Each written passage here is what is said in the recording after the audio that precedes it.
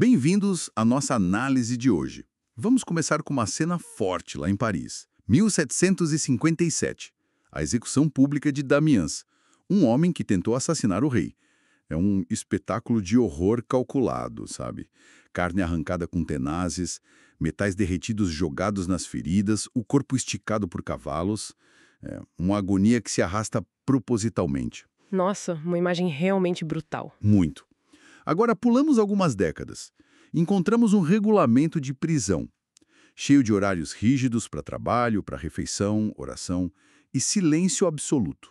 Uma organização, assim, minuciosa da vida do detento. Como é que a gente foi de um extremo ao outro? Do corpo esquartejado em praça pública para essa gestão silenciosa do tempo na cela. Essa é a grande questão, né? Para entender essa virada impressionante na forma de punir, vamos explorar as ideias de Michel Foucault, especialmente no seu livro Vigiar e Punir. A pergunta central é: por que as sociedades ocidentais abandonaram o show sangrento do suplício? Foi realmente uma questão de humanidade? De ficarmos mais, sei lá, bonzinhos? Ou tem algo mais profundo aí, ligado ao poder, ao controle? Exato. O que Foucault nos convida a fazer é olhar para além dessa superfície da humanização. Ele sugere que essa mudança representa uma organização completa das estratégias de poder.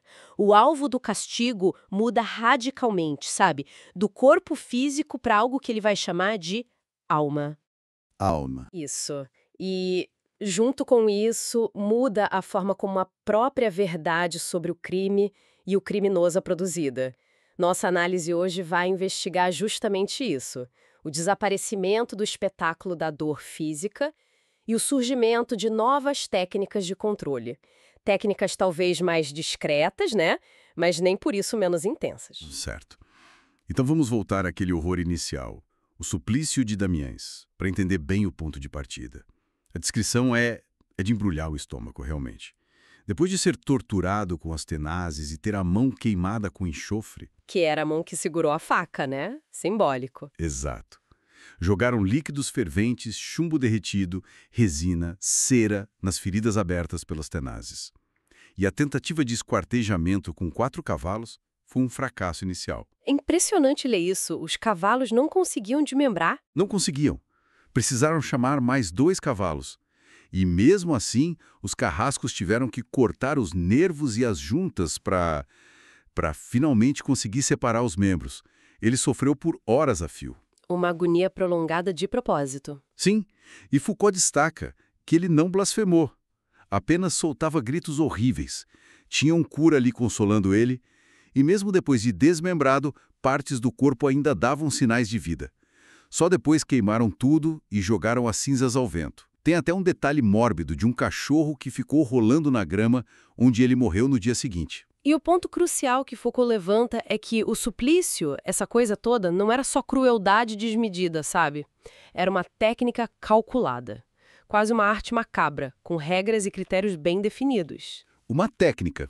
Como assim? Ele identifica 3 critérios principais. Primeiro, o objetivo era produzir uma quantidade específica de sofrimento, quase que quantificada. Uma graduação da dor que podia ir do mínimo, tipo a decapitação rápida, até o infinito, né? Como o esquartejamento, a fogueira, a roda. Era uma arte de reter a vida no sofrimento, como Foucault descreve. Uma arte. Que horror. Segundo, era uma prática minuciosamente regulada.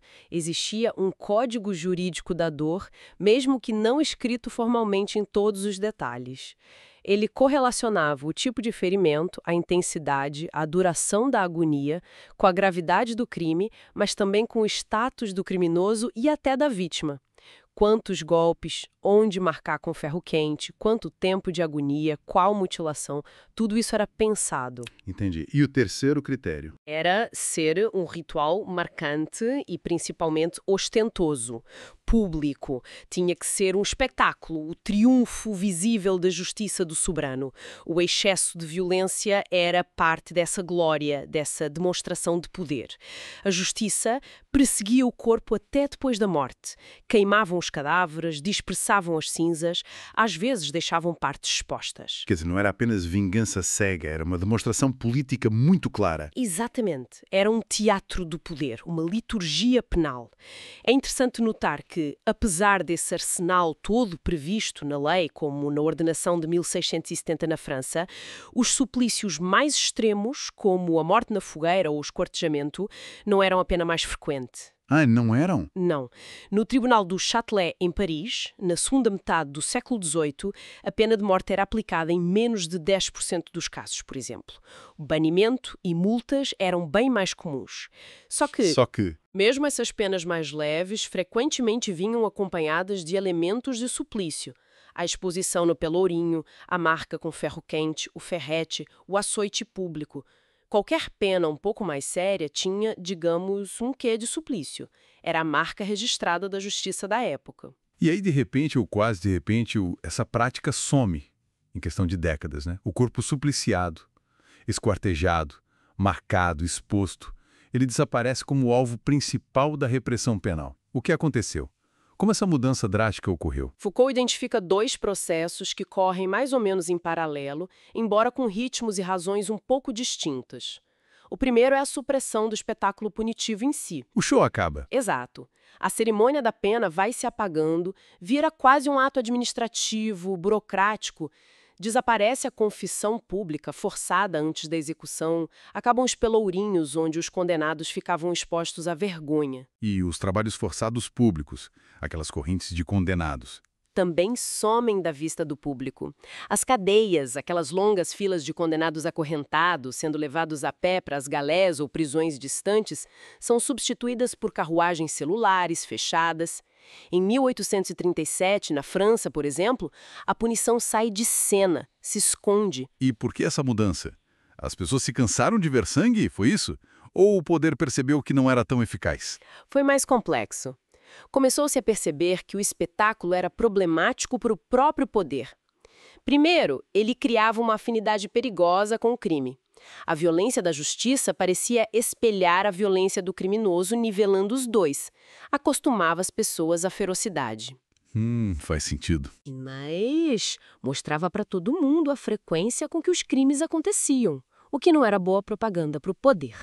Além disso, a figura do carrasco era ambígua, muitas vezes vista como um criminoso também.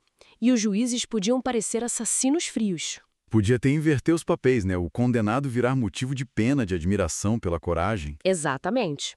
O condenado podia virar objeto de piedade ou até de revolta popular contra a crueldade da justiça. Críticos da época, como Beccaria, falavam do assassinato cometido friamente pela justiça. A execução pública começou a ser vista como uma fornalha de violência, que podia acabar incitando mais desordem em vez de preveni-la.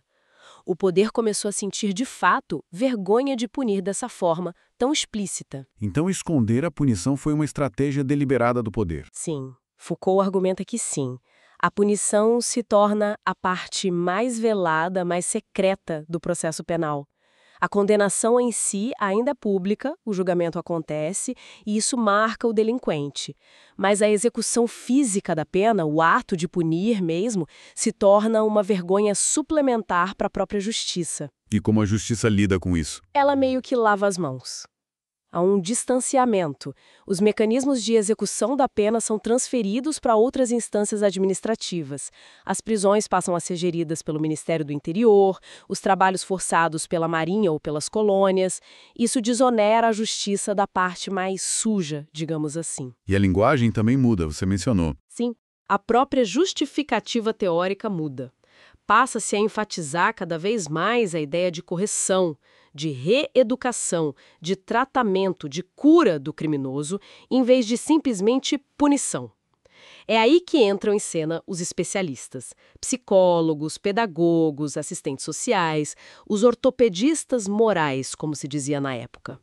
Surge uma certa vergonha de punir, que precisa ser justificada por um discurso de recuperação. Entendi.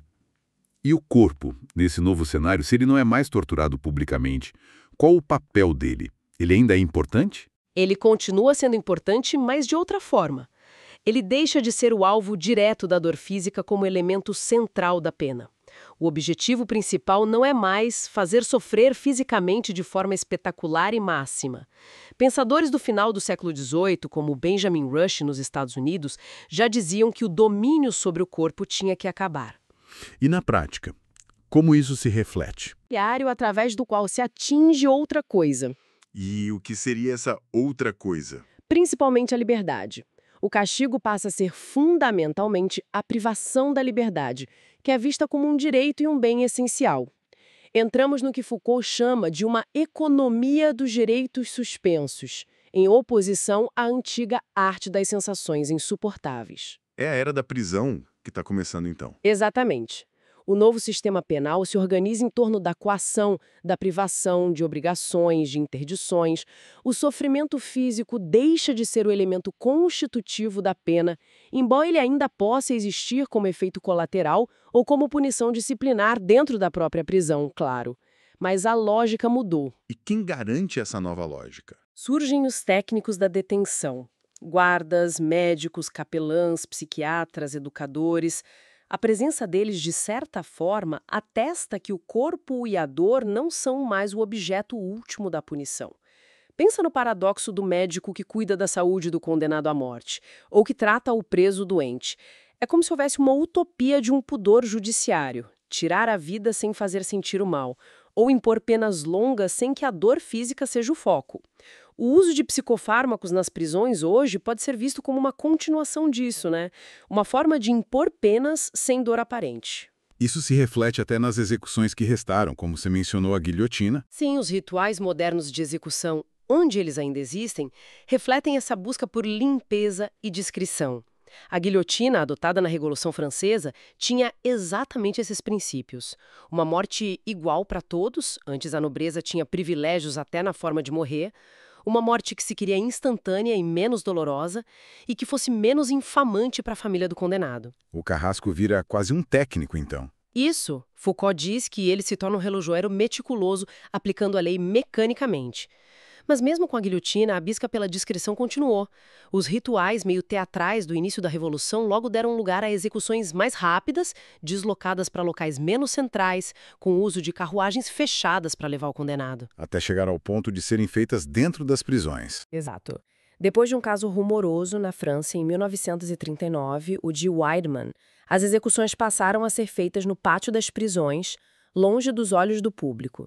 E mesmo assim, tentava-se limitar o acesso, bloquear ruas, processar testemunhas que divulgassem imagens. O véu negro que cobria o rosto dos parricidas na França, como no caso de Benoît, é visto por Foucault como um último vestígio do espetáculo, mas ao mesmo tempo sua anulação. Mas essa transição toda, do suplício para a prisão e para essa punição mais discreta, foi linear, foi suave e aceita por todos? De forma alguma, Foucault faz questão de ressaltar que foi um processo bem irregular, cheio de avanços e recuos.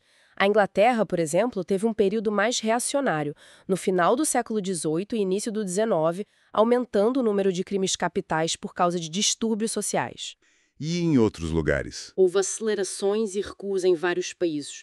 A Áustria e a Rússia aboliram a pena de morte temporariamente. Os US tiveram as experiências das prisões. A França revolucionária avançou, mas depois veio a Contra-Revolução e o medo social do período de 1820 a 1848, que levaram a um endurecimento. Havia também uma diferença grande entre o que a lei dizia e o que se praticava. E o processo ainda não acabou, né? A pena de morte ainda existe. Exato.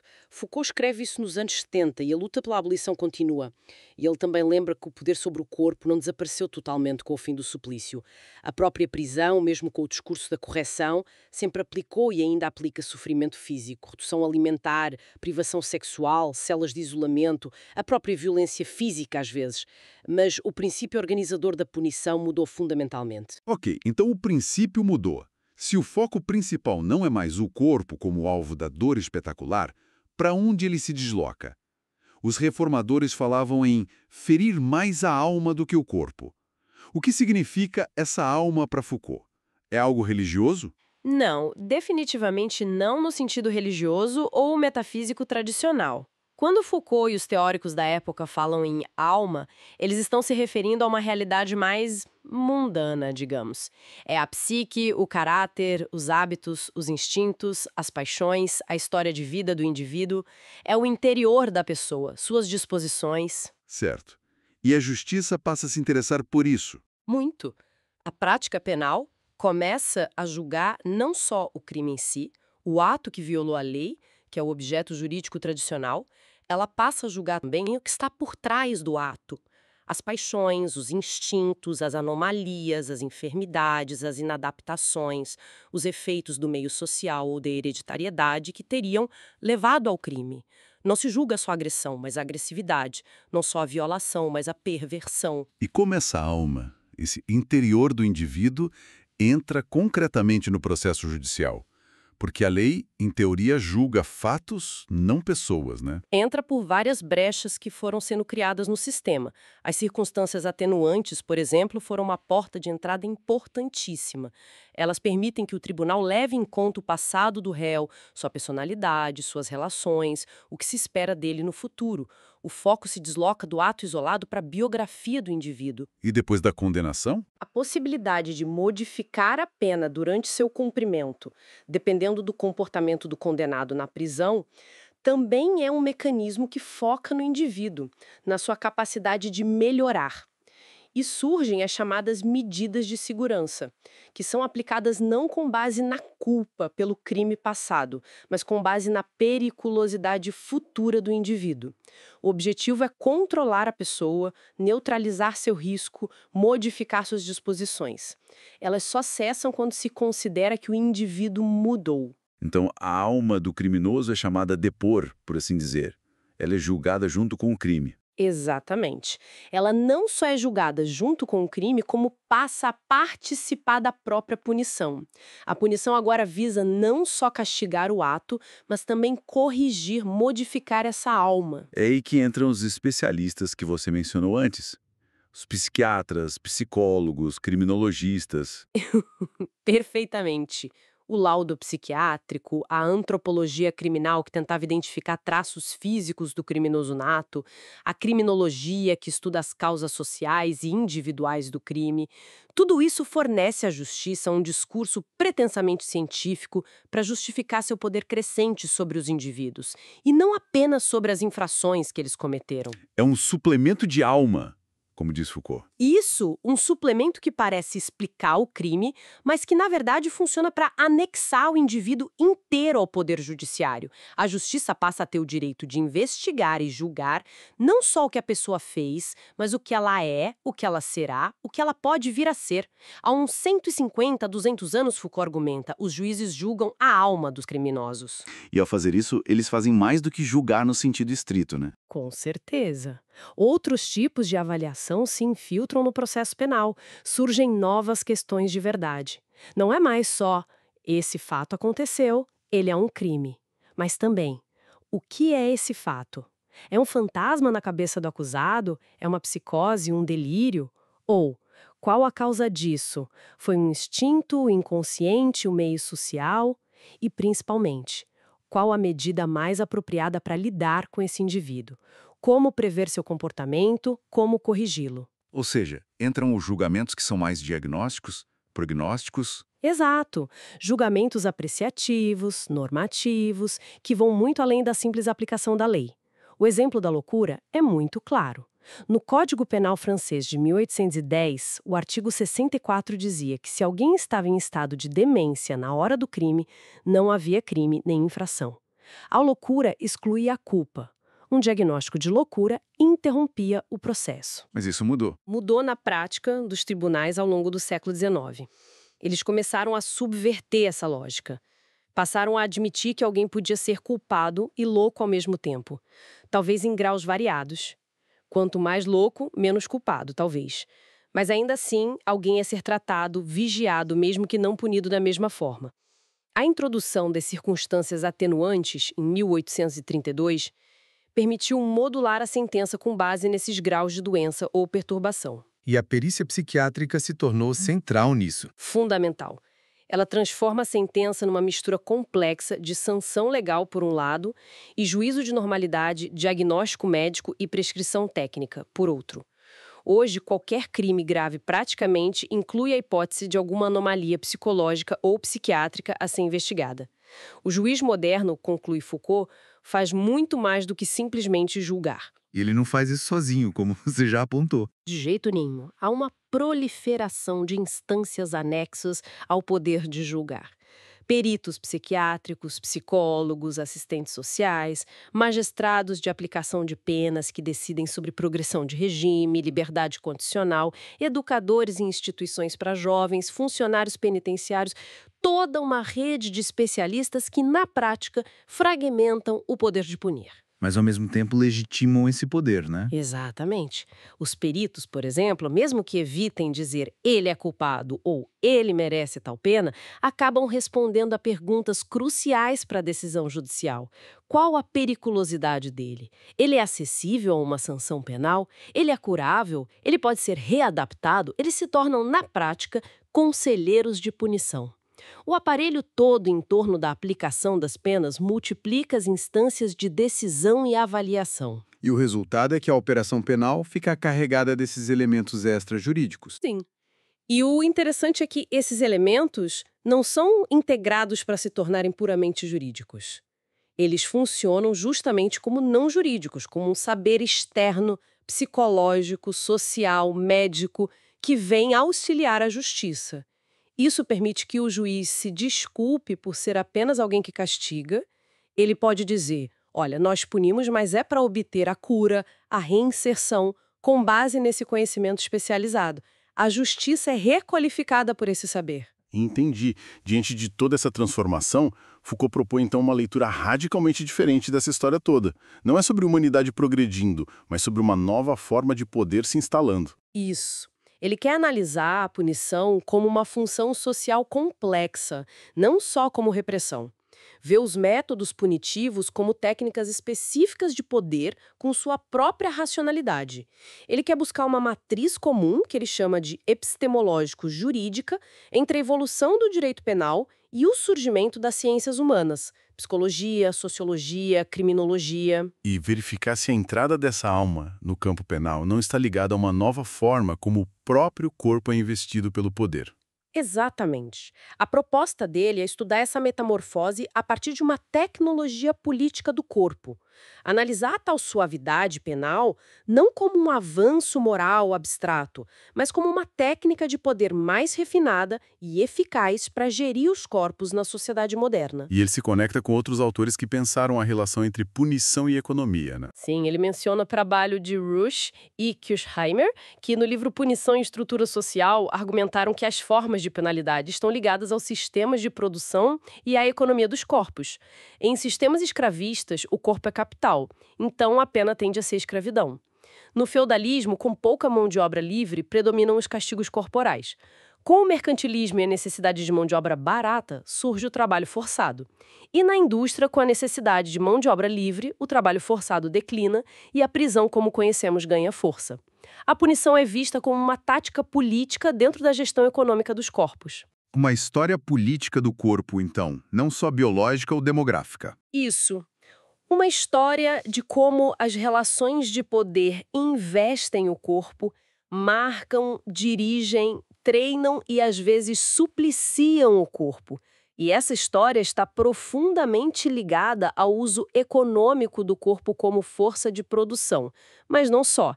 Para ser útil economicamente, o corpo precisa ser também um corpo submisso politicamente. Um corpo útil igual a corpo produtivo plus corpo submisso. Exatamente. E essa sujeição, essa docilidade, não é obtida só pela violência explícita ou pela ideologia, convencimento. Ela é produzida também por um investimento direto, físico, calculado, muitas vezes sutil, sobre o corpo. É o que Foucault chama de uma microfísica do poder, ou uma tecnologia política do corpo. E como funciona essa microfísica do poder? É o poder do Estado? Não só. Foucault propõe pensar o poder não como algo que se possui, como uma propriedade, mas como uma estratégia. Seus efeitos vêm de disposições, táticas, manobras. O modelo não é o da posse, mas o da batalha permanente. O poder se exerce, ele não se tem, ele circula. Não está localizado só no Estado. Ele investe os indivíduos, passa através deles. Isso. E essas relações de poder são profundas. Não se limitam à relação Estado-cidadão ou governante-governado. Elas existem em múltiplas escalas, na família, na escola, na oficina, no hospital, na prisão. É um poder que tem mecanismos específicos de funcionamento que não são unívocos e que sempre geram pontos de resistência, de luta. E a relação entre esse poder e o saber é central aqui, isso já diz. Fundamental. Foucault nos pede para renunciar à oposição tradicional entre poder, que seria negativo, repressivo, e saber, que seria neutro, libertador. Para ele, o poder produz saber. Não existe saber neutro. O poder precisa do saber para se exercer e o exercício do poder gera novos objetos e campos de saber. O sujeito que conhece, os objetos de conhecimento, as próprias modalidades de saber. Tudo isso é efeito dessas relações de poder-saber? Exatamente. Por isso, para analisar o investimento político do corpo e essa microfísica do poder, ele diz que precisamos abandonar algumas oposições clássicas.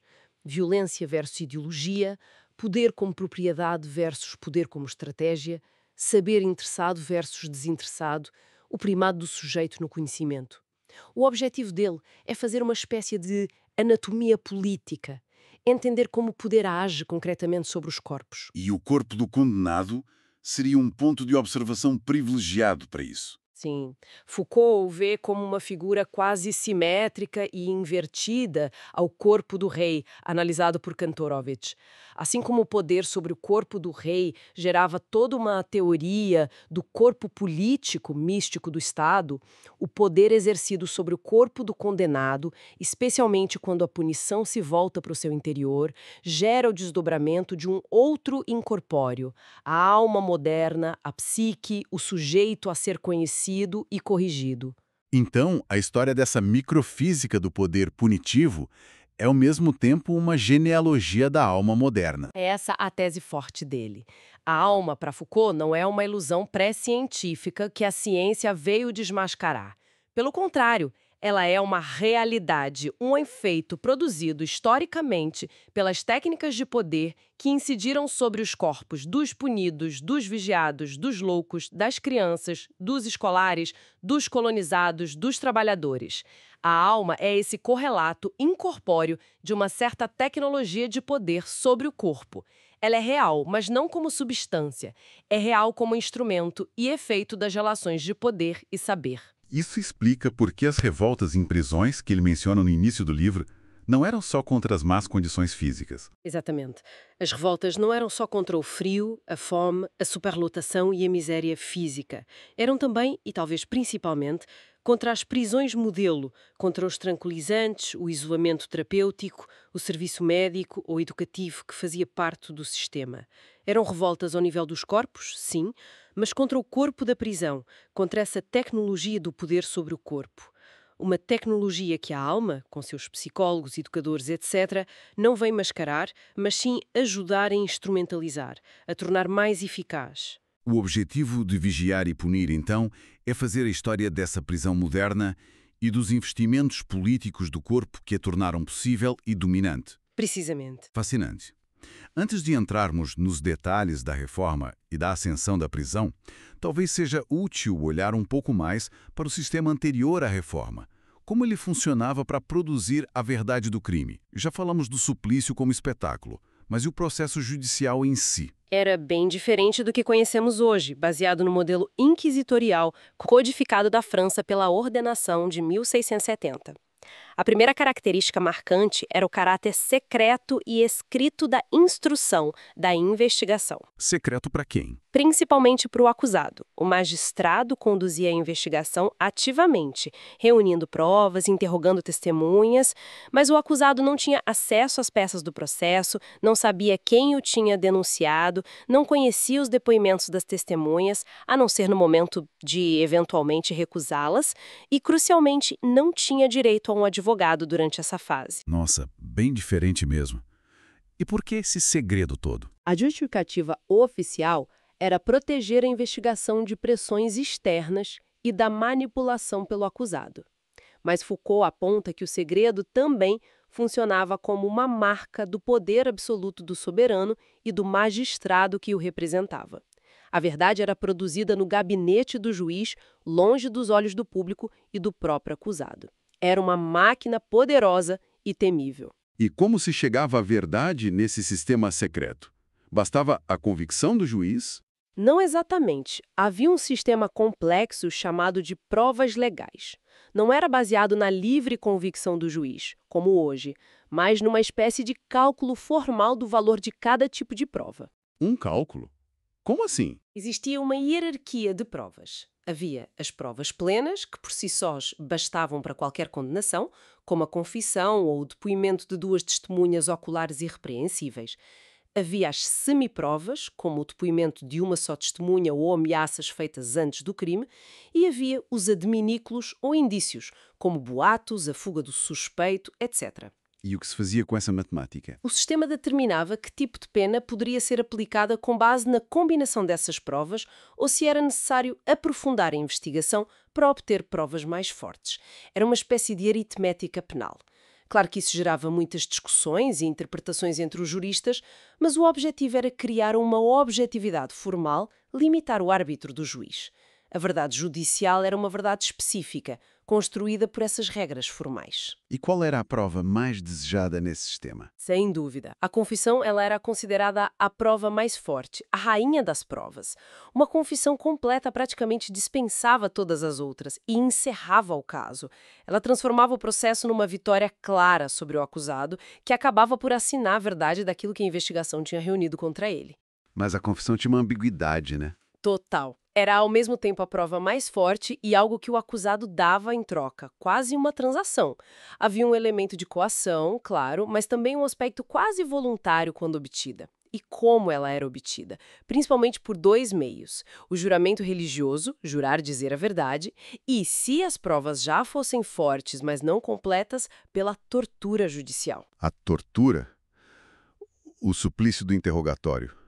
Era comum? Era uma prática prevista e regulamentada. Não era aplicada de forma selvagem ou arbitrária em qualquer caso.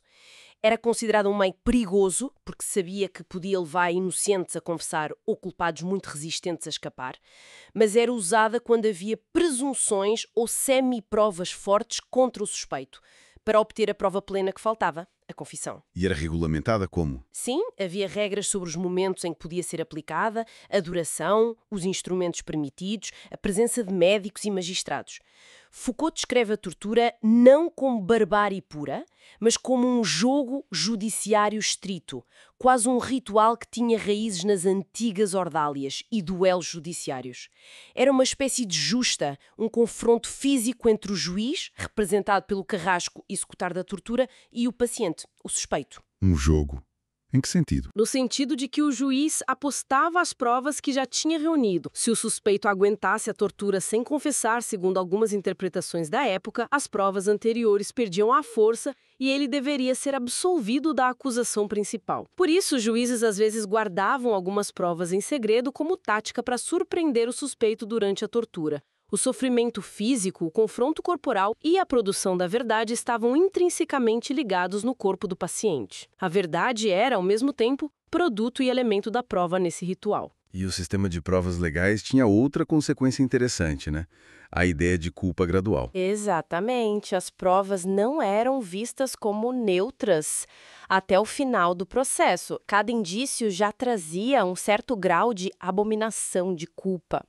Uma meia prova significava que o suspeito era meio culpado. E a suspeita, mesmo que não totalmente provada, já merecia algum tipo de punição, ainda que mais leve. A tortura, nesse contexto, podia ser vista não só como um ato de investigação para obter a verdade final, mas também como uma forma de já ir punindo aquele que era considerado, no mínimo, suspeito. Entendi. E depois de obtida a condenação geralmente com a confissão, o corpo do condenado continuava sendo central na cerimônia da execução pública. Você disse que ele publicava a verdade do crime. Como isso acontecia? A execução tinha várias funções ligadas à publicação e confirmação na verdade. Foucault aponta 4 aspectos principais. Primeiro, e mais óbvio, era tornar o crime e a condenação visíveis no próprio corpo do condenado. Isso acontecia através da confissão pública, que ele era obrigado a fazer em frente à igreja principal, da exposição no pelourinho, da leitura da sentença em voz alta no patíbulo. O corpo era o suporte físico onde a justiça inscrevia sua decisão. Certo. E o segundo aspecto? Era prolongar a própria confissão. O suplício era visto como o momento final da verdade, a última oportunidade para o condenado revelar cúmplices, detalhes do crime ou fazer outras revelações. O público esperava por isso. E às vezes os condenados usavam essa expectativa para tentar ganhar tempo, como um tal Michel Barbier que prometeu revelações importantes e adiou sua execução. Um suplício bem-sucedido, onde o condenado morria confessando e arrependido, como um François Billard, justificava a justiça aos olhos de todos. E as estruturas simbólicas que você mencionou antes? Exato, elas também serviam para ligar o castigo ao crime. Furar a lhumba do blasfemo, cortar a mão do assassino. No caso de Damiens, ele foi levado ao cadafalso segurando a faca com a qual tentou matar o rei, e essa mão foi queimada com enxofre. Era uma forma de reproduzir teatralmente o crime no corpo do criminoso. Há um caso famoso de uma criada em Cambrai que matou a patroa e foi queimada sobre um boneco que representava a vítima. Nossa. E qual o terceiro aspecto ligado à verdade? O suplício funcionava como a derradeira prova. A agonia do condenado era vista como um momento crucial onde a verdade se manifestaria de forma definitiva. Acreditava-se que a intensidade da dor, na fronteira entre o julgamento dos homens e o julgamento iminente de Deus e diante de toda a comunidade, revelaria a verdade última. Mas essa revelação era clara? Não, era totalmente ambígua. O sofrimento podia ser interpretado de várias maneiras. Podia confirmar a verdade do crime e a justiça da pena, ou podia sugerir um erro dos juízes. Podia mostrar a maldade do criminoso que morria desesperado, ou sua inocência e bondade se ele morresse com resignação e contrição. Podia indicar um acordo final com Deus ou um desacordo. Por isso havia uma curiosidade imensa dos espectadores, que tentavam ler os sinais na agonia. Quanto tempo durava, como o condenado resistia, o que ele dizia, se mostrava arrependimento ou desespero. E o quarto aspecto? Foucault não o numera explicitamente como quarto, mas podemos dizer que o corpo supliciado sintetizava todos esses elementos. Ele era a prova viva da realidade dos fatos investigados, ele autenticava a verdade da informação secreta, produzida pelos magistrados, ele encerrava os atos do processo judicial, ele dava voz ao discurso do criminoso, mesmo que forçado, e ele unia visivelmente o crime e a punição. O corpo era a peça essencial nessa liturgia penal que girava em torno dos direitos do soberano, do poder do inquérito e do segredo da instrução.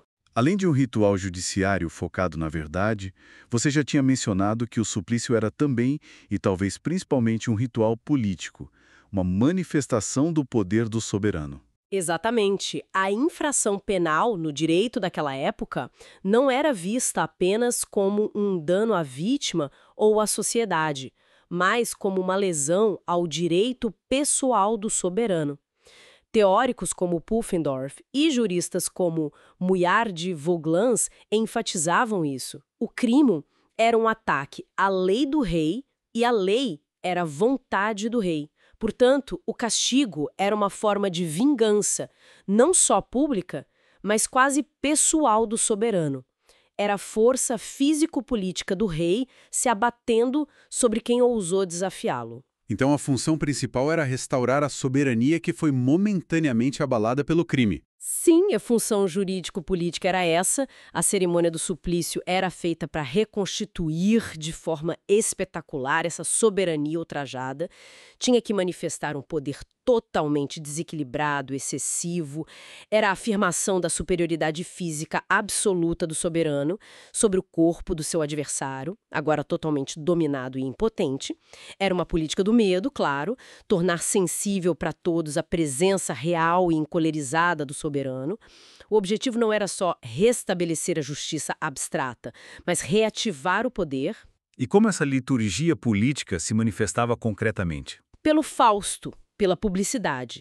Nada podia ser escondido, o ritual era meticuloso. Havia os desfiles pelas ruas, as paradas em locais simbólicos, a leitura pública da sentença, a confissão pública forçada, o ajoelhamento. E tinha um caráter não só judicial, mas também militar. Militar. Sim, a justiça parecia literalmente armada. Havia todo um aparato militar cercando o local do suplício. Arqueiros, soldados. Isso servia para prevenir fugas ou violência da multidão, claro. Mas também para evitar manifestações de simpatia pelo condenado ou tentativas de linchamento antes da hora. E, fundamentalmente, para lembrar a todos que o crime era uma forma de sublevação contra o rei e que a resposta era a força militar do soberano. Entendi. Mas havia uma tensão aí, né? Entre a vitória esmagadora do poder e a ideia de uma luta. Sim, Foucault aponta essa dualidade. Por um lado, a execução era a manifestação de um poder sem limites sobre um corpo impotente, uma dissimetria total. Ele cita o exemplo extremo do suplício de um tal Massola na Itália, onde o corpo foi destruído mesmo depois de morto, num espetáculo de aniquilação. Por outro lado, havia sempre um elemento de confronto, de luta, quase uma justa final entre o carrasco, representando o rei, e o paciente. E o carrasco podia falhar? Podia. Se a execução falhasse, se o carrasco fosse inepto, isso podia ser visto como um mau presságio ou até gerar a sua própria punição. Havia uma tradição antiga de que se a execução falhasse por algum motivo, a corda arrebentar, por exemplo, o condenado deveria ser perdoado. Foi preciso que as leis especificassem claramente que a pena era até que a morte sobrevenher. O carrasco era o campeão do rei nesse combate final, mas ao mesmo tempo era uma figura infame, marcada pela função que exercia. E o perdão real? Ele entrava nesse jogo de poder. Com certeza, o poder do soberano não se manifestava só na punição implacável, mas também na sua capacidade de perdoar, de suspender a lei através da carta de indulto. Era um poder discricionário, imprevisível, que também reafirmava a superioridade do rei sobre a própria lei. O perdão era esperado, às vezes clamado pelo condenado e pelo povo. Então o suplício era um agente político central nesse sistema onde o soberano exigia, resolvia e executava os castigos. O crime era quase uma ofensa de lesa majestade. Exato. Todo crime grave continha, em potencial, um crime de lesa majestade, uma ofensa ao rei. E o criminoso era visto como um regicida em potencial. Por isso, a punição para o regicídio efetivo, como nos casos de Ravaillac, assassino de Henrique IV, ou Damiens, que tentou matar Luís XV, era a soma de todos os suplícios imagináveis. Foucault menciona também o assassino de Guilherme de Orange, que teria sofrido 18 dias de tortura. Era o ápice dessa lógica punitiva. Você mencionou a atrocidade. O que Foucault quer dizer com isso? A atrocidade não é só a violência do crime em si. É uma característica que marcava os grandes crimes. Aqueles que violavam as leis mais importantes, ou que eram cometidos com ostentação ou segredo extremo, ou por causa do status da vítima ou do criminoso, ou que causavam grande desordem e horror. A atrocidade era essa qualidade do crime que o tornava particularmente ofensivo ao soberano e à ordem. E a punição? A punição, o suplício, assumia essa atrocidade do crime. Ela a trazia à luz, a expunha publicamente, através das confissões, dos discursos forçados, da humilhação e, principalmente, do sofrimento físico extremo. A atrocidade era, digamos, a parte do crime que o castigo transformava em espetáculo para fazer brilhar o poder que o reprimia. Essa comunicação entre o erro e a punição através da forma da atrocidade era um efeito direto dessa mecânica de poder. Um poder que se exerce e se exalta fisicamente. Um poder armado, onde ordem e guerra estão ligadas. Um superpoder do soberano. E o povo? Já falamos da ambiguidade da presença dele. Ele era só espectador? Não, ele era um personagem principal, quase indispensável. Sua presença era requerida, era parte do ritual. Ele era a testemunha que garantia a publicidade da punição e, às vezes, até participava ativamente. Participava como? Tinha o direito de ver. Havia protestos se tentassem esconder a execução. E tinha o certo direito de participar. Seja insultando o condenado, atirando coisas, ou até, em alguns casos, atacando o corpo após a morte. Isso era tolerado, até certo ponto, como parte do serviço de cadafalso, que era devido ao rei. Mas essa participação podia se voltar contra o poder, né? Podia, e frequentemente se voltava. O povo podia recusar o poder punitivo, revoltar-se ali mesmo, no pé do cadafalso. Podiam tentar impedir execuções consideradas injustas, resgatar condenados, forçar o perdão, atacar os carrascos ou os guardas, amaldiçoar os juízes. Existem exemplos disso. Muitas. Foucault cita exemplos ligados a revoltas maiores, como as contra sequestradores de crianças, motins por causa do preço do pão ou greves de trabalhadores. Mas também havia as emoções de cadafalso, que surgiam especificamente por causa de vereditos ou execuções consideradas escandalosas. O povo podia encorajar o condenado, aclamar sua coragem ou suas palavras de desafio. Ouviam as maldições contra o poder, contra a religião. Sim, o momento da execução podia virar uma espécie de saturnal, uma inversão momentânea da ordem antes da morte. Criminosos podiam virar heróis populares, como Foucault menciona que acontecia na Inglaterra segundo Fielding. O cadafalso podia ser o pretexto para uma revanche popular contra o poder. As revoltas eram especialmente comuns contra condenações consideradas injustas por causa da disparidade de classe, ricos escapando, pobres punidos severamente, ou contra penas excessivas para delitos comuns, como o furto doméstico, que era punido com morte. Foucault ilustra essa tensão com duas cenas contrastantes, né? Sim, uma em Avignon, no meio do século XVIII, onde um tal Pierre Dufour, condenado por um crime aparentemente menor, é resgatado pelo povo que mata o carrasco, e outra em Paris, em 1775, durante a Guerra das Farinhas, onde uma execução é realizada de forma totalmente controlada, com enorme aparato militar, distanciando o povo, impedindo qualquer contato ou manifestação. Essas duas cenas mostram bem a tensão crescente e a mudança na forma como o poder passou a gerir o espetáculo punitivo. E havia também o discurso de cadafalso. O que era isso? Era a última palavra que se permitia ao condenado. Oficialmente, ele deveria proclamar sua culpa e a justiça da sentença. Era parte do rito. Mas essa última palavra podia escapar ao controle. Era um momento de grande expectativa. E esses discursos eram reais? Muitos eram reais, mas também circulavam muitos discursos fictícios ou romanceados em folhetins, canções populares, os chamados complaints. Foucault cita o exemplo de Marion Le Goff, uma criminosa famosa, cujo discurso provavelmente é apócrifo, mas o gênero existia e era muito popular. A justiça, de certa forma, precisava dessa autenticação final pela própria vítima do castigo. E esses folhetins e canções, qual o papel deles? Eles funcionavam como uma continuação do processo judicial na esfera pública. Faziam circular a verdade do crime e da punição. Podiam ser usados como propaganda, por exemplo, pela Ferme General, a coletoria de impostos contra contrabandistas, mas o efeito era muitas vezes equívoco. Equívoco como? Podiam acabar glorificando o criminoso, transformando-o num herói negro, num combatente contra os poderosos, num santo arrependido ou numa força indomável da natureza. Essa literatura popular, folhetins, almanaques, canções funcionava como uma memória das lutas populares, dos conflitos e podia servir como ponto de apoio político. Eram textos com duas faces muitas vezes. Havia uma ligação clara entre esses discursos e as emoções de cada falso. E os reformadores queriam acabar com isso? Sim, pediam a supressão desses discursos e dessa literatura por considerá-la perigosa.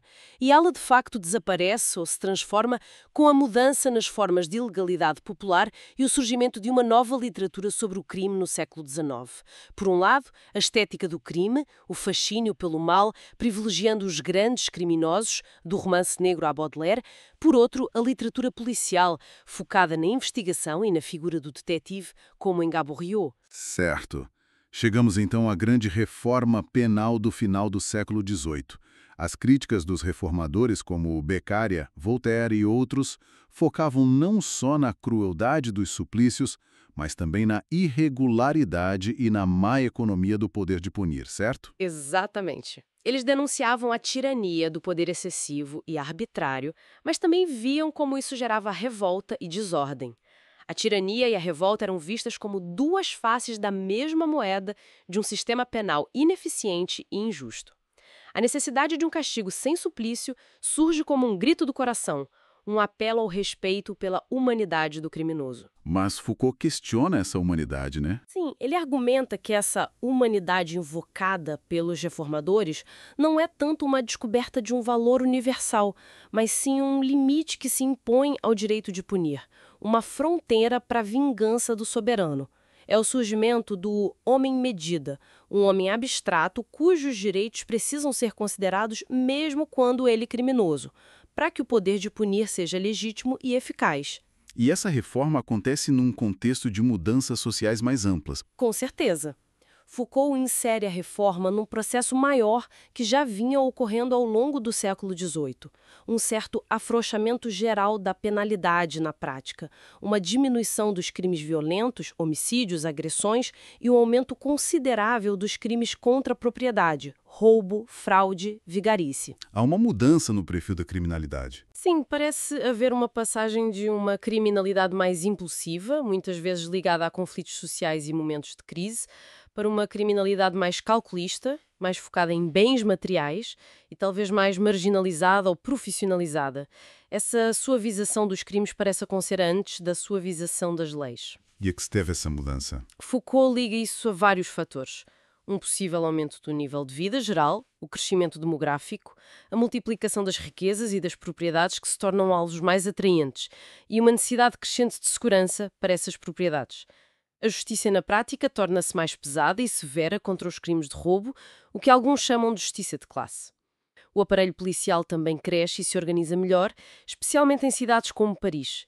E havia uma crença generalizada, talvez exagerada, de que os crimes estavam aumentando. Então, a passagem para uma criminalidade mais voltada à fraude e ao roubo estaria ligada ao próprio desenvolvimento da produção, à valorização da propriedade e também a uma vigilância mais rigorosa. Sim, policiamento mais estreito, melhores técnicas de investigação e captura, tudo isso contribui. Há um deslocamento das práticas ilegais que é correlato a uma extensão e um refinamento das práticas punitivas. Surge uma nova política para lidar com a multiplicidade de corpos e forças da população. Há uma tendência geral a querer uma justiça mais desembaraçada, mais rápida e uma vigilância penal mais atenta e constante. E é aí que a crítica dos reformadores encontra um terreno fértil. Há uma coincidência estratégica. A crítica filosófica e jurídica dos reformadores ataca o excesso de poder, o suplício, o arbítrio, mas também a irregularidade e a ineficiência do sistema. Havia uma multiplicidade de instâncias de justiça, senhoriais, reais, eclesiásticas, administrativas, policiais, além das ordens diretas do rei, como as letras do cachê, para internamentos, que geravam conflitos de competência, neutralizavam umas às outras e deixavam muitas lacunas por onde a impunidade passava. E criticavam também o próprio funcionamento interno do poder monárquico, né? Sim, criticavam a venda de cargos de magistrado, que levava a juízes muitas vezes indóceis ou ignorantes. Criticavam a criação constante de novos cargos, que só aumentavam os conflitos. Criticavam o poder excessivo da administração real sobre os próprios funcionários da justiça. E criticavam a concorrência com justiças paralelas, como os internamentos administrativos que funcionavam fora do sistema judicial formal. Então, o objetivo da reforma não era só humanizar, mas reorganizar o poder de punir. Mais constante, que chegasse a todos os níveis da sociedade de forma mais detalhada. A ideia era aumentar os efeitos da punição, diminuindo seu custo econômico, acabar com a venalidade dos cargos, por exemplo, e principalmente seu custo político, reduzir o arbítrio, a violência excessiva que gerava revolta. A nova teoria jurídica da punição era, no fundo, uma nova economia política do poder de punir. E quem eram os agentes dessa reforma? Só os filósofos iluministas? Não. Foucault mostra que a reforma não teve uma origem única. Vieram ideias dos filósofos e publicistas conhecidos, claro, mas também de muitos magistrados, advogados, funcionários da própria justiça. Ele cita nomes como Letrosne, Lacretelle, Targère, Servan, Dupaty. Eram pessoas com interesses diversos, às vezes até conflitantes, mas que convergiam na necessidade de uma nova distribuição do poder. A estratégia geral era tornar o poder de julgar mais independente da soberania direta do rei, da legislação confusa, da propriedade dos cargos, para que ele pudesse ser exercido de forma mais plena e eficaz. Queriam fazer da punição uma função regular da sociedade, não um poder excepcional do rei. Isso, uma função coextensiva à sociedade, que atingisse todos os delitos sem exceção, punir melhor, com mais universalidade e necessidade, inserir o poder de punir mais profundamente no corpo social. E como isso se relaciona com as ilegalidades que você mencionou antes? Foucault argumenta que a conjuntura da reforma não é marcada por uma nova sensibilidade humanitária que surge do nada, mas sim por uma outra política em relação às ilegalidades. No antigo regime, cada camada social tinha sua margem de ilegalidade tolerada, que era quase uma condição para o funcionamento do sistema. Que tipo de ilegalidades? Havia as ilegalidades populares, a defesa de direitos costumeiros contra novas leis, o contrabando, a resistência a taxas e impostos, a ocupação de terras comuns. Essas eram muitas vezes condições de sobrevivência para os mais pobres e eram defendidas através da revolta quando ameaçadas. A figura do criminoso popular era ambígua. O contrabandista podia ser valorizado, mas o ladrão que roubava dos pobres era odiado. Havia relações complexas, de rivalidade, mas também de cumplicidade entre as ilegalidades dos diferentes grupos sociais. A própria burguesia muitas vezes se beneficiava das brechas abertas pela ilegalidade popular, como o desuso de regulamentos econômicos antigos. E o que muda na segunda metade do século XVIII? Foucault aponta uma inversão importante. O alvo principal da ilegalidade popular parece se deslocar dos direitos, contestar uma lei, um imposto, para os bens, pilhagem de mercados, roubo de colheitas, ataques a armazéns. Os camponeses e artesãos pobres também passam a ser vítimas mais frequentes dessa ilegalidade. É uma crise na forma tradicional da ilegalidade popular. E a burguesia reage a isso? Sim, a burguesia, que antes podia ser tolerante com a ilegalidade de direitos, que até a beneficiava às vezes, torna-se extremamente intolerante com essa nova ilegalidade de bens. Isso porque ela estava investindo maciçamente na propriedade agrícola, tornando-a mais absoluta e exclusiva, e na propriedade comercial e industrial, portos, armazéns, oficinas, máquinas. A riqueza agora estava mais visível, mais concentrada em mercadorias e meios de produção, e precisava ser protegida a todo custo. O roubo se torna o inimigo número 1. Exato. A necessidade de uma repressão rigorosa dessa ilegalidade que afeta diretamente a riqueza acumulada se torna urgente. Foucault cita o exemplo de Cole Coon, um magistrado londrino, que descreve detalhadamente os roubos massivos que ocorriam no Porto de Londres, com cumplicidade de empregados, redes de recetadores, circulação de dinheiro falso. Era preciso controlar isso. E como a reforma penal se encaixa nisso? Ela permite uma nova divisão das ilegalidades. A ilegalidade dos bens, predominantemente popular, passa a ser reprimida duramente pelos tribunais comuns. Já a ilegalidade dos direitos, fraude fiscal, corrupção, práticas comerciais desleais, mais associada à burguesia e às classes altas, tende a ser tratada por jurisdições especiais, através de transações, multas, acordos, de forma mais discreta e menos penalizada. Cria-se uma necessidade de vigilância específica sobre a ilegalidade dos bens. Sim. E aí o ataque às velhas prerrogativas do soberano, como o poder de perdoar arbitrariamente a confusão das justiças, acaba sendo também um ataque ao funcionamento tolerante das antigas ilegalidades. Foucault cita Letrosne, um fisiocrata que em 1764 pedia repressão severa aos vagabundos e mendigos, e em 1777 defendia leis fixas e claras e um juiz que fosse apenas o órgão de aplicação da lei. As duas coisas estavam ligadas. A crítica ao suplício e ao arbítrio real estava conectada à necessidade de definir uma nova economia do poder de punir, mais eficaz contra as ilegalidades que ameaçavam a nova ordem econômica baseada na propriedade.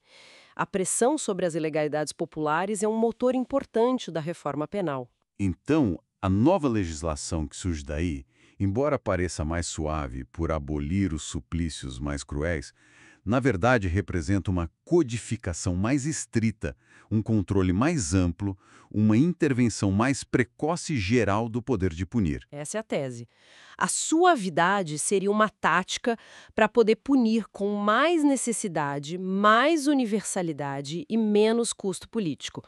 Punir talvez menos intensamente em cada caso, mas punir mais gente de forma mais constante e sistemática. O resultado, então, não é menos punição, mas uma nova economia, uma nova tecnologia do poder de punir. Quais são os princípios dessa nova tecnologia, segundo os reformadores? O ponto de partida teórico é estabelecer a ligação entre crime e pena no próprio pacto social, como fazem Beccaria e Rousseau. O crime é visto como um ataque à sociedade inteira, não só o soberano. O criminoso se torna um inimigo comum, um traidor do pacto social. Isso, por um lado, justifica o direito absoluto da sociedade de se defender dele. Mas, por outro lado, também limita esse direito, né? Exato. Limita porque a punição não pode ser mais um ato de vingança arbitrária do rei. Ela tem que ser útil para a sociedade e para a defesa de todos. E daí derivam algumas regras ou princípios para essa nova arte de punir humana e eficaz, que Foucault resume a partir das ideias de Beccari e dos filósofos ideólogos da Revolução Francesa. Quais seriam essas regras? São umas 6 regras principais. A primeira é a regra da quantidade mínima. O castigo deve exceder apenas o suficiente para que a desvantagem da pena seja maior que a vantagem esperada do crime. Qualquer excesso além disso é inútil, é tirania. É o fim do horror pelo horror. Certo. O mínimo necessário. E a segunda? A regra da idealidade suficiente. A eficácia da punição não está tanto na dor física que ela inflige no corpo do condenado, mas na ideia da desvantagem que ela representa na mente de todos os outros cidadãos. A punição age sobre a representação, sobre a imaginação. O corpo pode até ser usado, mas como objeto de uma representação, para criar uma lembrança de dor, um espetáculo artificialmente construído. A punição deve ser mais temível na ideia do que na realidade. Beccaria, por exemplo, argumentava que a escravidão perpétua era uma pena melhor que a morte porque era mínima para quem a sofria, acostumava-se, mas máxima para quem a imaginava de fora. Interessante. Terceira regra. A regra dos efeitos laterais. A pena deve ter seu efeito mais forte sobre aqueles que não cometeram o crime. O objetivo principal passa a ser a prevenção geral, dissuadir os outros. O exemplo da punição não é mais um ritual de restauração do poder, mas um obstáculo que se coloca a ideia do crime na mente dos cidadãos. Quarta.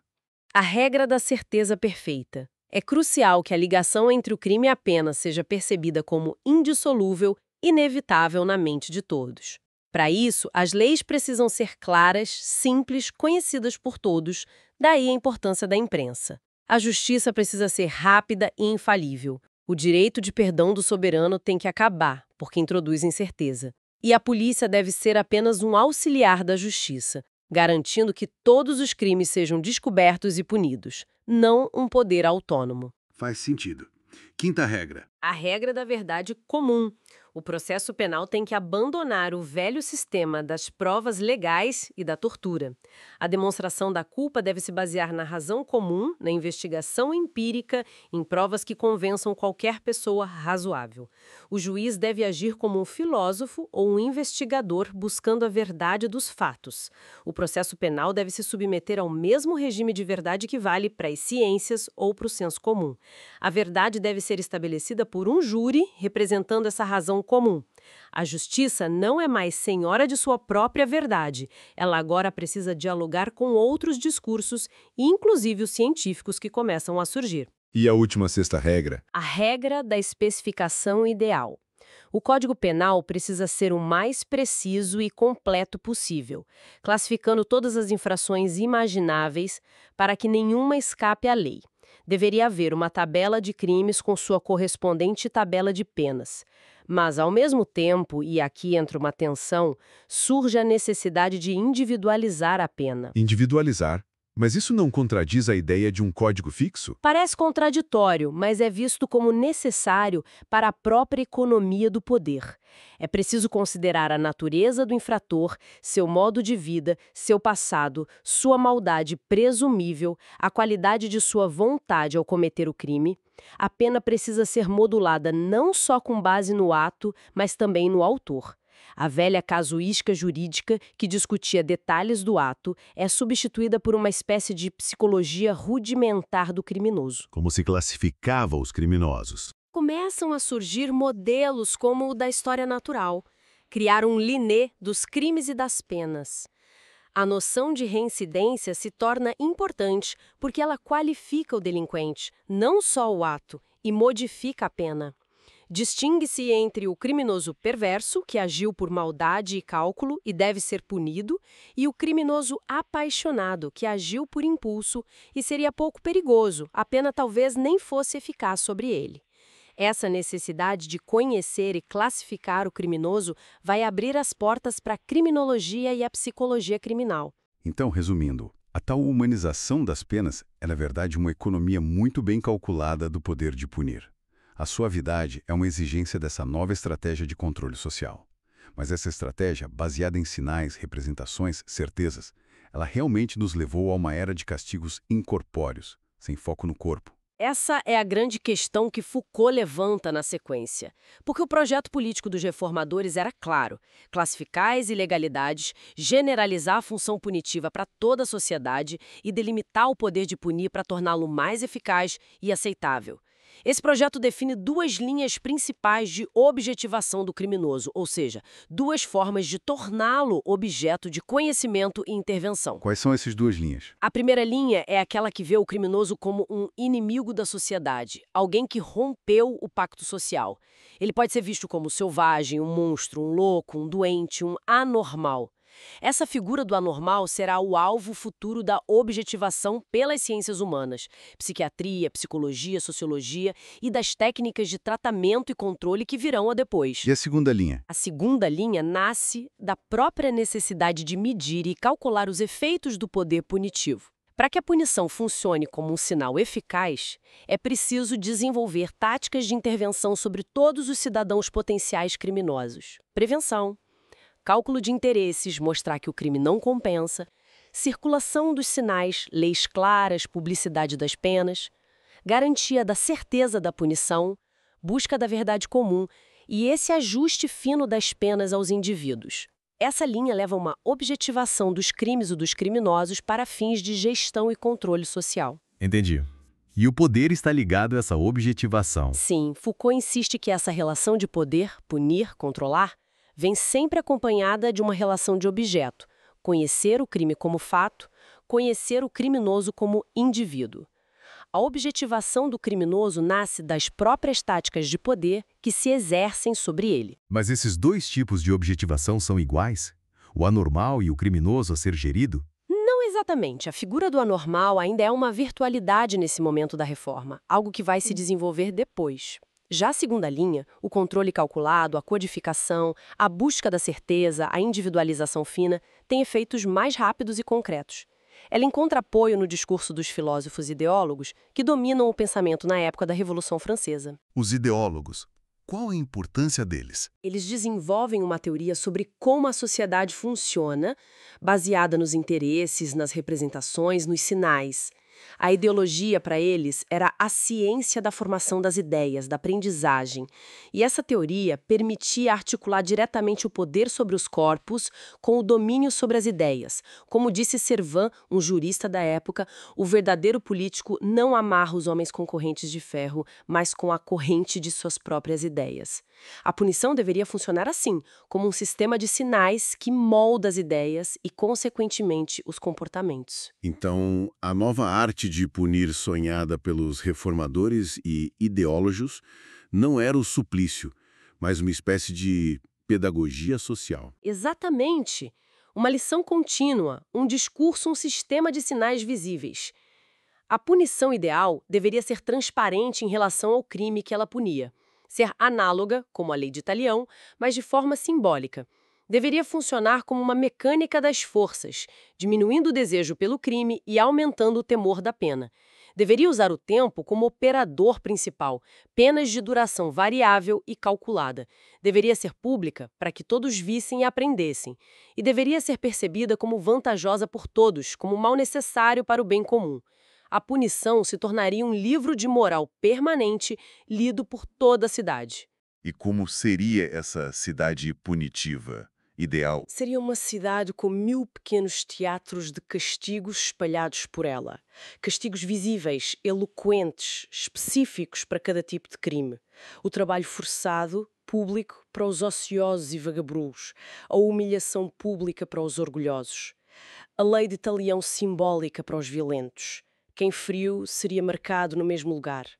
O ápice desse teatro seria a punição absoluta para o parricida, levado cego e nu numa jaula de ferro suspensa, para que todos vissem o monstro antes dele ser executado. Um teatro de horrores, mas um teatro calculado de signos. E a prisão nesse modelo. Aí é que está o ponto crucial. A prisão, nesse modelo ideal dos reformadores, era explicitamente criticada e rejeitada. Rejeitada? Por quê? Porque ela não respondia à especificidade dos crimes. Era a mesma pena para vários delitos. Não tinha efeito público visível, acontecia a portas fechadas.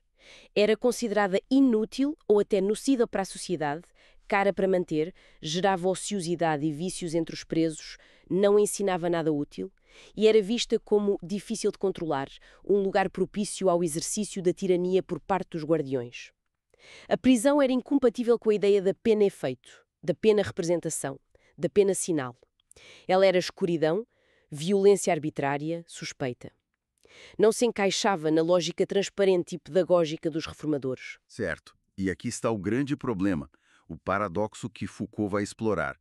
Se a prisão era tão criticada pelos idealizadores da reforma penal, como é que, em menos de 20 anos, ela se tornou a forma essencial, quase universal, de punição? O Código Penal francês de 1810 já é dominado pela pena de prisão sob diversas formas. Trabalhos forçados, detenção, reclusão, encarceramento correcional. Milhares de pessoas são encarceradas na França logo após a Restauração. O muro alto e fechado da prisão se torna o símbolo onipresente do poder de punir. Como a prisão, que antes era marginal, ligada ao arbítrio real, prisão por dívidas, prisão preventiva, internação de loucos e dissidentes, se impôs tão rápido e tão completamente. Essa é a pergunta-chave que Foucault se coloca. A explicação comum que ele também apresenta é que a resposta não veio tanto da teoria dos reformadores, mas de certos modelos práticos de encarceramento punitivo que já existiam ou estavam sendo desenvolvidos na mesma época e que acabaram oferecendo uma alternativa mais atraente ou funcional para o poder. Que modelos são esses? Foucault destaca principalmente 4. O Raspuis de Amsterdã, a prisão de Gand na Bélgica, Maison de Force, o modelo de Gloucester na Inglaterra e, talvez o mais influente, o modelo da prisão de Walnut Street na Filadélfia, nos Estados Unidos. Vamos ver cada um rapidamente. O que caracterizava o Raspuis de Amsterdã? O Raspuis, que data do final do século XVI, 1596, já tinha elementos que vão reaparecer depois. A duração da pena era variável, decidida pela administração da prisão, não só pelo juiz. O trabalho era obrigatório, feito em comum, e havia um pequeno salário. A vida era regida por um horário estrito, vigilância constante e exortações morais e religiosas. Era uma espécie de elo entre as teorias do século XVI sobre correção e as técnicas que vão se consolidar no século XVIII. E a prisão de Gand? A Maison de Force de Gand, inspirada por um nobre chamado Villain XIV, por volta de 1773, tinha um foco muito claro nos imperativos econômicos. A ideia central era que a ociosidade era a causa de todos os crimes. Portanto, a prisão deveria ser uma casa de trabalho forçado, uma pedagogia universal do trabalho para todos os pobres e delinquentes. As vantagens seriam econômicas. Sim, explicitamente. Reduziria os custos da justiça, ajudaria os proprietários livrando-os de mendigos e vagabundos, formaria operários dóceis e disciplinados para as manufaturas e até beneficiaria os próprios pobres, dando-lhes o hábito do trabalho. O objetivo era reconstruir o homo economicus. O trabalho era o princípio e o fim da pena. E o modelo de Gloucester, na Inglaterra? Qual era o foco? O modelo inglês, impulsionado por reformadores como John Howard e Hanway, e baseado em leis como a de Blackstone, 1779, tinha um foco maior na transformação moral individual. O instrumento principal era o isolamento celular, pelo menos parcial. A ideia era que o isolamento causaria um choque no preso, forçando-o a confrontar sua própria consciência e se arrepender. O trabalho também existia? Sim, mas era um trabalho preferencialmente solitário, feito na cela, ele não era visto só como produção econômica, mas como um exercício de conversão moral e aprendizado de disciplina. O objetivo era reformar o homo poenalis, o homem culpado.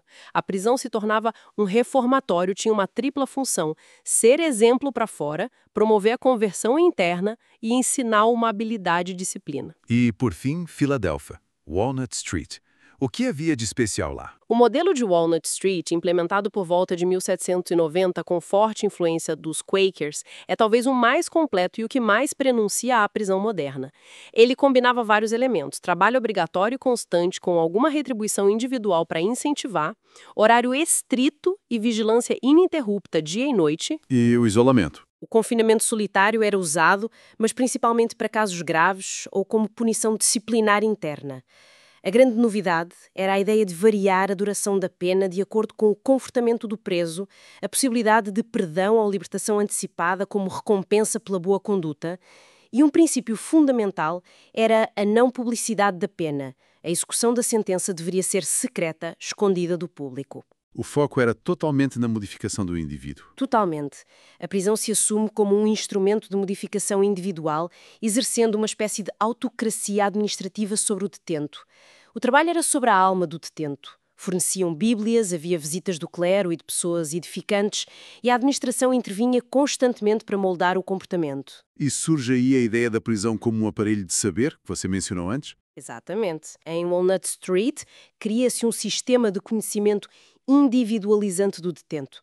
Na entrada, fazia-se um relatório detalhado sobre o crime, as circunstâncias, um interrogatório sobre a vida do preso, sua conduta anterior. Durante a pena, havia observação contínua, anotações diárias sobre o comportamento, visitas de inspectores que avaliavam o progresso moral. A distribuição interna dos presos já não era só pelo tipo de crime, mas pelas suas disposições, criando classes de prisioneiros a serem tratadas de forma diferenciada. A prisão se torna um aparelho de saber sobre o indivíduo. Olhando para esses modelos, parece haver alguns pontos de convergência com o projeto dos reformadores, não? Sim. Existem convergências importantes. Ambos focam no futuro, na prevenção da reincidência. Ambos falam em correção, em transformação do indivíduo. E ambos reconhecem a necessidade de singularizar a pena, de ajustá-la ao caráter individual do criminoso, de alguma forma. Mas Foucault aponta uma disparidade crucial, não é? Onde ela está? Está nas técnicas de correção empregadas, nos meios utilizados para atingir esses fins aparentemente semelhantes. É aí que os projetos divergem radicalmente. Como assim? Os reformadores, Beccaria, os ideólogos, tinham como alvo principal as representações mentais dos cidadãos. O instrumento que eles queriam usar era o jogo de sinais, as duplas de ideias, crime associado à punição, a publicidade, o espetáculo pedagógico. O papel do criminoso era reativar esse sistema de signos do Código Penal para todos. A correção, para eles, era uma requalificação do indivíduo como sujeito de direito, capaz de entender e respeitar o pacto social. E os modelos carcerários? Qual o alvo e o instrumento deles? O alvo dos modelos carcerários, Gandhi, Filadélfia, era muito mais direto. Era o corpo, o tempo, os gestos, as atividades cotidianas, os hábitos do indivíduo. A alma, aqui, é vista mais como a sede dos hábitos, algo a ser treinado. O instrumento principal não são os sinais, mas a coerção física e moral direta, os esquemas de limitação corporal, os exercícios disciplinares, horários rígidos, controle de movimentos, trabalho obrigatório, imposição do silêncio, etc. O papel do poder punitivo muda completamente. Sim. Não é mais só mostrar a lei, mas realizar um treinamento total do corpo do indivíduo. A correção, nesse modelo, não é uma requalificação jurídica, mas uma sujeição disciplinar, a formação de um corpo dócil, treinado, habituado à obediência e ao trabalho. E quais as consequências dessa penalidade de coerção, dessa disciplina? Primeiro, ela exige uma relação muito mais intensa e constante entre o poder e o corpo do detento. Segundo, o espetáculo público se torna não só inútil, mas até nocivo, porque distrai do trabalho de treinamento e pode endurecer o criminoso. Terceiro, ela exige uma grande autonomia e segredo no exercício do poder dentro da prisão. A administração penitenciária precisa ter um poder quase absoluto para aplicar essa disciplina minuciosa, um poder que seria exorbitante e inaceitável na teoria liberal dos reformadores. há sempre o risco de um poder arbitrário e despótico na aplicação concreta da pena. Então, temos um contraste final bem claro entre os dois modelos. Claríssimo. De um lado, a cidade punitiva, sonhada pelos reformadores. Um poder difuso pela sociedade, público, legível, que age sobre as mentes recodificando ideias através de sinais. De outro, a instituição coercitiva da prisão. Um poder compacto, fechado, que age diretamente sobre os corpos e o tempo. Enquadra os gestos, exige uma disciplina total e funciona de forma autônoma e secreta. Foucault resume isso em 3 figuras da tecnologia penal. A do antigo regime, soberania, marca no corpo, cerimônia do suplício. A da reforma, corpo social, sinal, representação teatral. E a da prisão, aparelho administrativo, traço comportamental, exercício disciplinar. E a questão final que fica, e que o livro vai explorar a seguir, é como o modelo coercitivo, corporal, secreto, disciplinar da prisão se impôs tão rapidamente sobre o modelo representativo, cênico, público e idealista dos reformadores. Por que a prisão concreta substituiu o sonho do teatro social dos sinais de castigo? Exatamente. É a grande questão que impulsiona o resto da análise de Foucault em Vigiar e Punir. Porque essa tecnologia específica, a disciplina carcerária, triunfou. Exploramos hoje, então, essa profunda e complexa mudança na forma como as sociedades ocidentais passaram a punir, seguindo de perto as análises de Michel Foucault. Vimos a passagem do espetáculo público e violento do suplício, que era focado no corpo, e na manifestação do poder soberano. Com poder que precisava se mostrar de forma aterradora, né? Exato.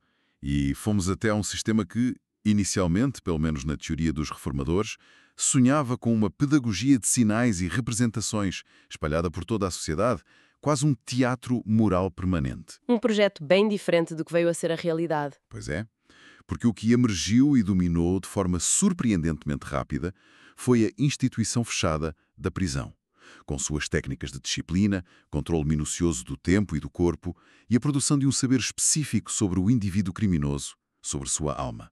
Uma transformação que, sob a bandeira da humanidade e da racionalidade, implementou uma nova e talvez mais profunda e penetrante tecnologia de poder. Sim, a prisão com seu foco na disciplina, na vigilância constante e nessa produção de um saber sobre o criminoso, quem ele é, por que agiu assim, como corrigi-lo, marca a entrada numa nova era do poder. Um poder que Foucault vai chamar de disciplinar.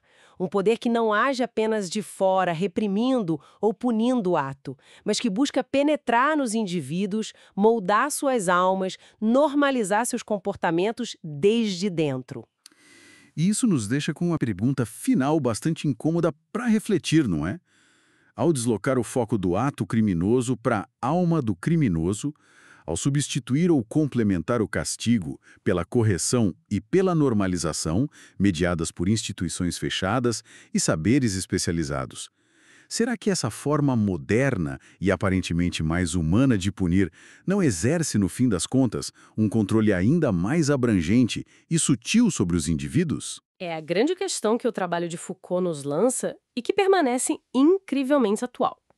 Até que ponto a busca pela cura, pela readaptação do desviante, não é apenas uma máscara mais sofisticada, mais científica, para a velha e contínua necessidade de gerir, controlar e sujeitar corpos e populações dentro de uma determinada ordem social? Uma questão que ecoa fortemente nos debates contemporâneos sobre justiça criminal, encarceramento em massa, vigilância digital e as inúmeras formas, muitas vezes invisíveis, de controle e normalização na nossa sociedade. Fica aí a reflexão.